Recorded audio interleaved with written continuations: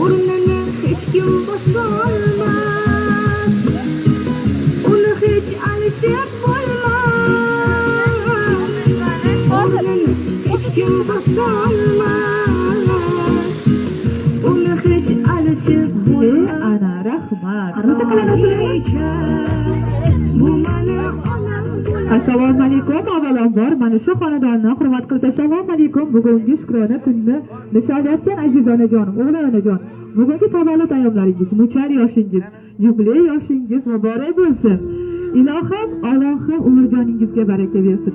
Umringizni ziyoda qilsin.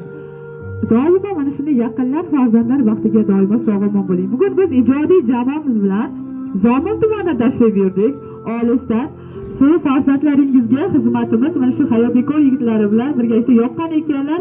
Onajonimizni shunaqa bir chiroyli esdalik kunlarda, Shukrona kunlarda bizga ham bir chiroyli xizmatlaringizni taqdim etasiz deb taklif qilishgan. Farzandlaringizning tashkilotchiligi bilan bugun biz shu yerdamiz onajon. Shunchalik yaxshi ko'rishar ekan, sizga eng yaxshi, eng sara bir chiroyli surprizlarni sizga ravo ko'rishibdi.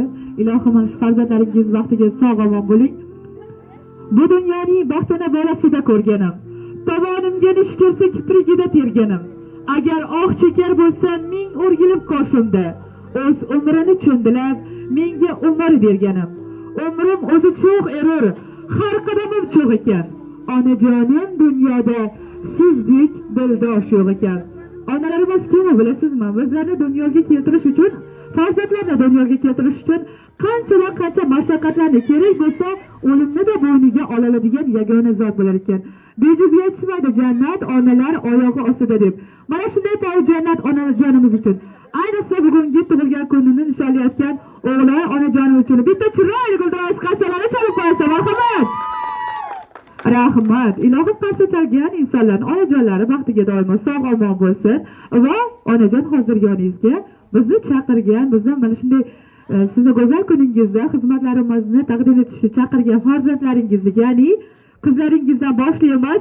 Sevaraxon, Dildoraxon, Nigoraxon, Rahmonqul akamiz, Ro'zaxonlarni farzandlaringizdan bir chiroyli birinchi dilnomalarni eshitamiz. Qani musiqalar bilan. Kelamiz qizlar. Avvalambor farzandlarni chaqiramiz. Kelinglar.